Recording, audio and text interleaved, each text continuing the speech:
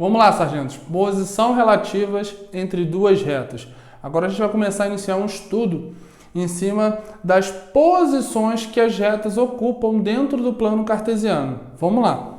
Então eu vou ter 4 situações. 3 delas estão aqui. São as concorrentes, as paralelas e as coincidentes. E na próxima aula a gente vai falar sobre as perpendiculares. As concorrentes a gente viu agora aqui na última aula, né? Que a gente estava tentando calcular o ponto de interseção entre essas duas retas.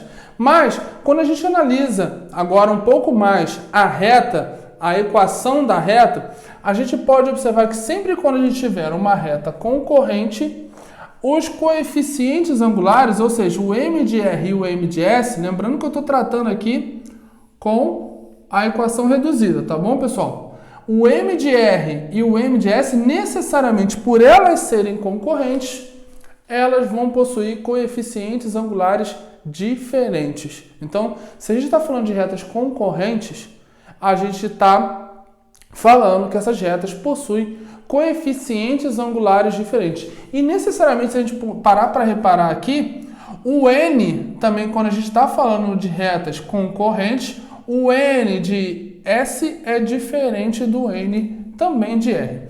Diferente agora na situação quando a gente fala de paralela. A paralela, necessariamente para duas retas, a condição para que duas retas for paralelas é que o m, o coeficiente angular de R e o coeficiente angular de S são iguais. Como assim, Viana? Você lembra lá da nossa aula de geometria plana, de paralelismo? Se eu passar aleatoriamente uma reta, sabendo que R e S são paralelas, se eu passar aqui por cima, qualquer reta, vou botar um pouco inclinado para você não achar que é perpendicular.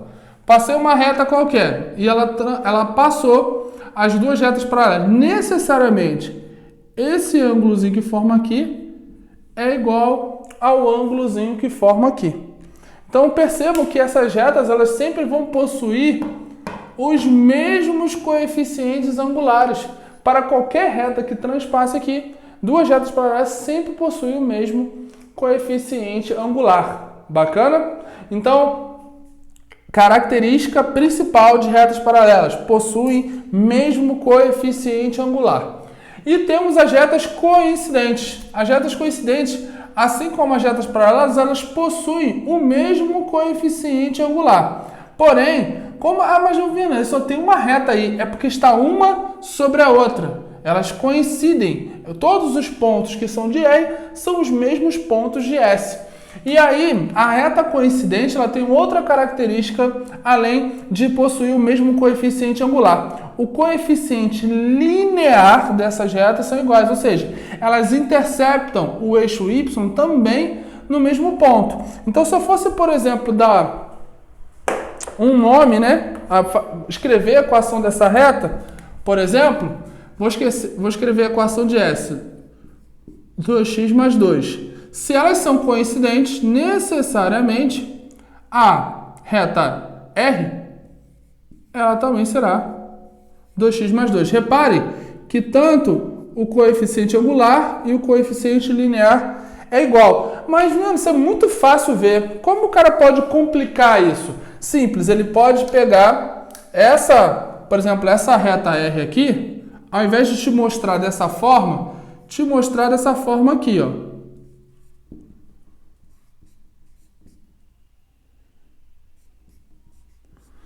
Olha, o que aconteceu? Daqui para cá, vocês podem perceber que a gente fez o quê? Multiplicou por 2 toda a equação, né?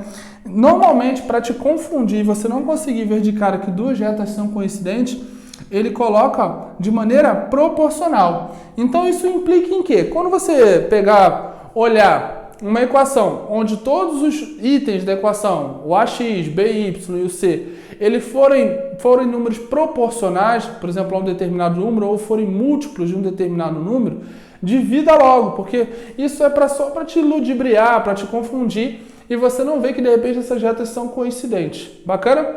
Olha só, pessoal, e daqui para cá, qual a diferença? Vamos botar um exemplo também aqui de retas paralelas. As retas paralelas vão seguir o mesmo padrão dali. A diferença da coincidente, por exemplo, eu vou ter a reta S 2x mais 1 e a reta R 2x mais 3. Necessariamente, quando a gente tem duas retas paralelas, os coeficientes lineares, diferente dos angulares, os coeficientes lineares precisam ser diferentes. Elas não podem ter o mesmo coeficiente linear. Caso eles tenham o mesmo coeficiente linear, elas vão ser coincidentes. Muitos livros chamam também, quando elas não são coincidentes, de paralelas distintas. Porque quando elas forem paralelas iguais, elas são coincidentes. Bacana, pessoal? Já que nas retas concorrentes, se eu fosse determinar essa equação, eu teria aqui uma 3x mais 1 e essa, por exemplo, 2x mais 2. Pessoal, isso aqui é só um exemplo, tá?